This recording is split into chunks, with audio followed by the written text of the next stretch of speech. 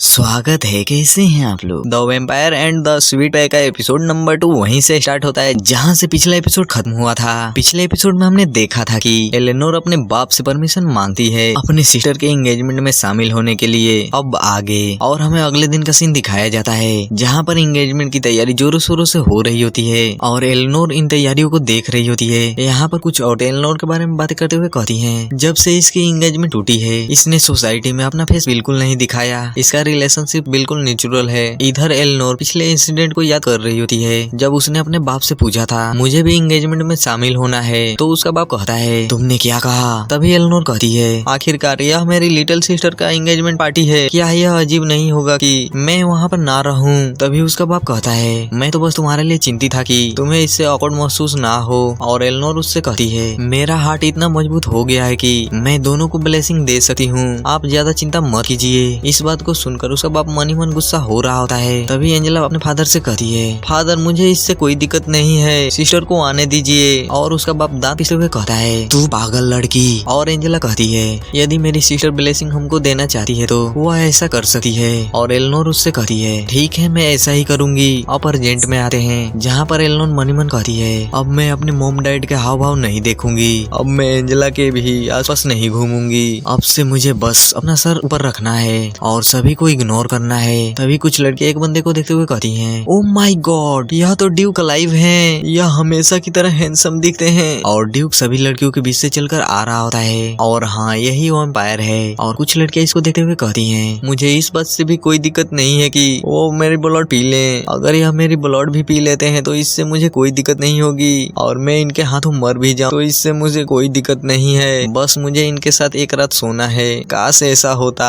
इधर एलेनोर उसे देखकर मन ही मन कहती है क्या यही वैम्पायर ड्यूक है, यह भी यहाँ आया है। और हमें ड्यूक के बारे में बताया जाता है ड्यूक अलाइबा युवांस, चमकदार काले बाल, चीनी मिट्टी सी सफेद स्किन और रेड आंखें जो लोगों को अपनी ओर खींचती है और कभी जाने नहीं देती। इन्होंने अपने पीछे रोमांस की अनगिनत कहानियां छोड़ी है। इनके वंडरफुल लुक्स की वजह से सोसाइटी में इसे रोमांस का किंग कहा जाता है जो लड़कियों के बीच बहुत पॉपुलर है। इधर एलेनोर वाइन पीते हुए कहती है मुझे नहीं पता कि यह विचार किसने सोचा बट उसे मॉन्स्टर का निकनेम देना पूरी तरह से सही है। यह एक मॉन्स्टर है बट फिर भी लोग इसे एडमायर करते हैं। इधर ड्यूक एक लड़की के साथ लगा होता है और एलेनोर कह रही होती है इसे देखकर ऐसा लग रहा है कि सभी रूमर सच्ची है, यह सिर्फ लड़कीबाज है। तभी ड्यूक इसकी ओर देखता है। ड्यूक को अपनी ओर देखकर एलेनोर काफी ज्यादा पैनिक होने लगती है और मुंह घुमाकर वहाँ से जाने लगती है। और पीछे ड्यूक लड़कियों को पटा रहा होता है और इसे जाते हुए देख रहा होता है। इधर हम सभी लोगों को देखते हैं जो आसपास बात कर रहे होते हैं और पीछे से एलेनोर कहती है अब टाइम आ गया है मेन गेस्ट का आने का,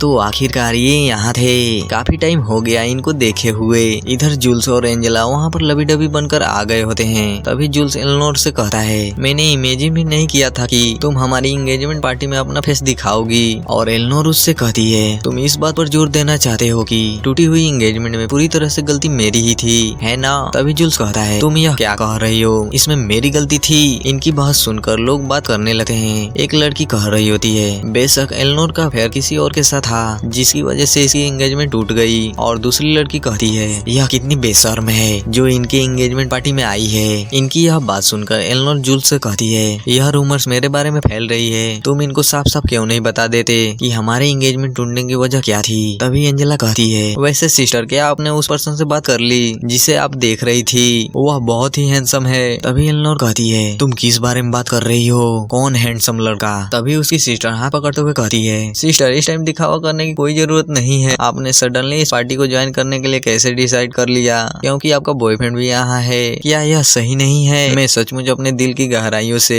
आपको सपोर्ट करती हूँ। इस बात को सुनकर कुछ लड़कियां कहती हैं देखा देखा मैंने सही कहा था ना, ऐसा ही है। और एलेनोर अपनी सिस्टर की ऐसी हरकत को देखकर पैनिक होकर मन ही मन कहती है जितना अधिक मैं इस बात को मना कर रही हूँ उतना ही यह दोनों मुझे क्रिटिसाइज कर रहे हैं। तभी जूल्स कहता है मैं सोच रहा हूँ कि तुम्हारी जैसी घिनौनी औरत से ही सबसे पहले ही मैं क्यों मिला। यह बात सुनकर एलेनोर अपना दांत पीस रही होती है। तभी वो कहता है मेरी पार्टनर हमेशा से एंजेला ही थी, काश मैं उस दिन तुमसे नहीं मिला होता। इतना कहने के बाद एलेनोर के कान में कहता है मैं कभी भी ऐसी औरत से शादी नहीं करूंगा जो मुझे बेड पर खुश ना कर सके।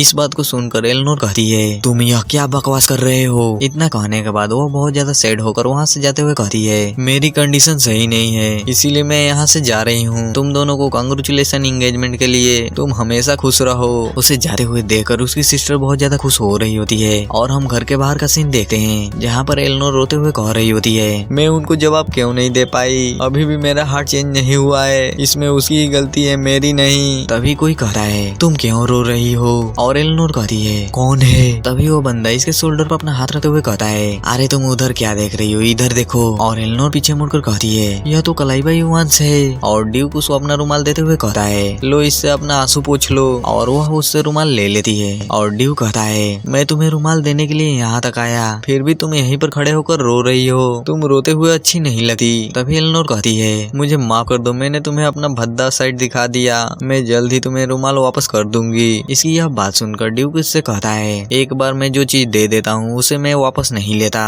छोड़ो इस बात को। इससे भी इम्पोर्टेंट यह बात है कि तुमने मेरे क्वेश्चन का अभी तक आंसर नहीं दिया है, बताओ तुम क्यों रो रही थी। इसकी यह बात सुनकर एलेनोर मनी मन कहती है इसने जरूर मेरे और जूल्स के बारे में रूमर सुनी होगी, मैं चाहे इस मैटर के बारे में कुछ भी कहूँ यह मुझ पर बिलीव नहीं करेगा। तभी ड्यूक कहता है मुझे लगता है तुम्हारी दोगली लिटिल सिस्टर ने तुम्हारे बॉयफ्रेंड को छीना है। इस बात को सुनकर एलेनोर शॉक होते हुए कहती है तुम्हें यह कैसे पता चला। तभी ड्यूक कहता है बस मैंने तुम दोनों को देखकर गेस कर लिया, तुम्हारा व्यवहार उस दोगली औरत जैसा नहीं है जो अपने बॉयफ्रेंड को धोखा दिया हो, और तुम्हारी लिटिल सिस्टर तुम्हें सैड देखकर बहुत ज्यादा खुश हो रही थी, इससे और भी साफ हो गया कि तुम उसकी जैसी नहीं हो। इसकी ऐसी बात सुनकर एलेनोर इसको एकटक देख रही होती है और देखे जा रही होती है। तभी ड्यूक कहता है एलेनोर टोपाज क्या तुम उनको उनकी औकात दिखाना चाहती हो। और एलेनोर कहती है हाँ मैं उनको उनकी औकात दिखाना चाहती हूँ। तभी ड्यूक कहता है तब चलो मेरे साथ, और उसका हाथ पकड़कर वहाँ से ले जाने लगा है। और यह पीछे से कहती है तुम उनको वहाँ पर संभाल लोगे ना। और वो कहता है तुम इसकी चिंता मत करो, मेरे जैसे बंदे के लिए यह कोई बड़ी बात नहीं है। और यह घबराते हुए कहती है लेकिन वहाँ पर, और उससे अपना हाथ छुड़ाकर कहती है छोड़ो इस बात को, मैं उस तरह की औरत नहीं हूँ जैसा कि तुम इमेजिन कर रहे हो। इसकी यह बात सुनकर वो कहता है क्या। तभी यह कहती है अगर तुम्हारा इरादा मेरे साथ खेलने और पेलने का है तो तुम इसमें निराश हो जाओगे और मुझे एक्सक्यूज बनाकर तुम दूर हो जाओगे, मुझे यह पसंद नहीं है, मैं वह नहीं हूँ जो तुमने एक्सपेक्ट किया था, इसीलिए मैं कहूंगी कि मैं ठंड से पीड़ित हूँ। इसने अपनी पूरी सच्चाई बता दी होती है जिससे वह बस इसे देखे जा रहा होता है। फिर यह कहती है मैं किसी भी पुरुष के साथ सोती हूँ तो भी मुझे कोई फीलिंग महसूस नहीं होता, चाहे हम वो कितनी बार करें मुझे कुछ भी फीलिंग महसूस नहीं होता। तुम्हारे जैसे बंदे के लिए ऐसी औरत के साथ बस अपना टाइम बर्बाद करना है। इसकी यह बात सुनकर थोड़ी देर के लिए वो हैरान हो गया होता है, फिर इस पर हंसने लगा है। इसे हंसते हुए देखकर वो गुस्सा हो रही होती है। तभी वो कहता है मैं नहीं जानता कि तुम किस बारे में बात कर रही हो, बट तुम ठंडी भी हो तो तुम अपनी सिस्टर से बेटर हो। इसकी यह बात सुनकर वो कहती है तुम्हारा इससे क्या मतलब है। तभी ड्यूक इसका हाथ पकड़कर अपने पास खींच के दबाकर किस करने लगा है। इसे अचानक किस करते हुए देखकर वो थोड़ा शॉक हो गई होती है और इन दोनों में किस चालू हो गया होता है। इसी के साथ एपिसोड नंबर 2 खत्म होते हुए जो भी इस चैनल पे नए हैं वो इस वीडियो को लाइक करके चैनल को सब्सक्राइब करना ना भूलें और एक प्यारा सा कमेंट कर दें ताकि हमें ऐसी वीडियो बनाने में और मजा आए। कर दो भाई, कर दो तुम्हारे लिए इतना मेहनत कर रहा हूँ, बस कर दो ना। चलिए मिलते हैं नेक्स्ट एपिसोड में।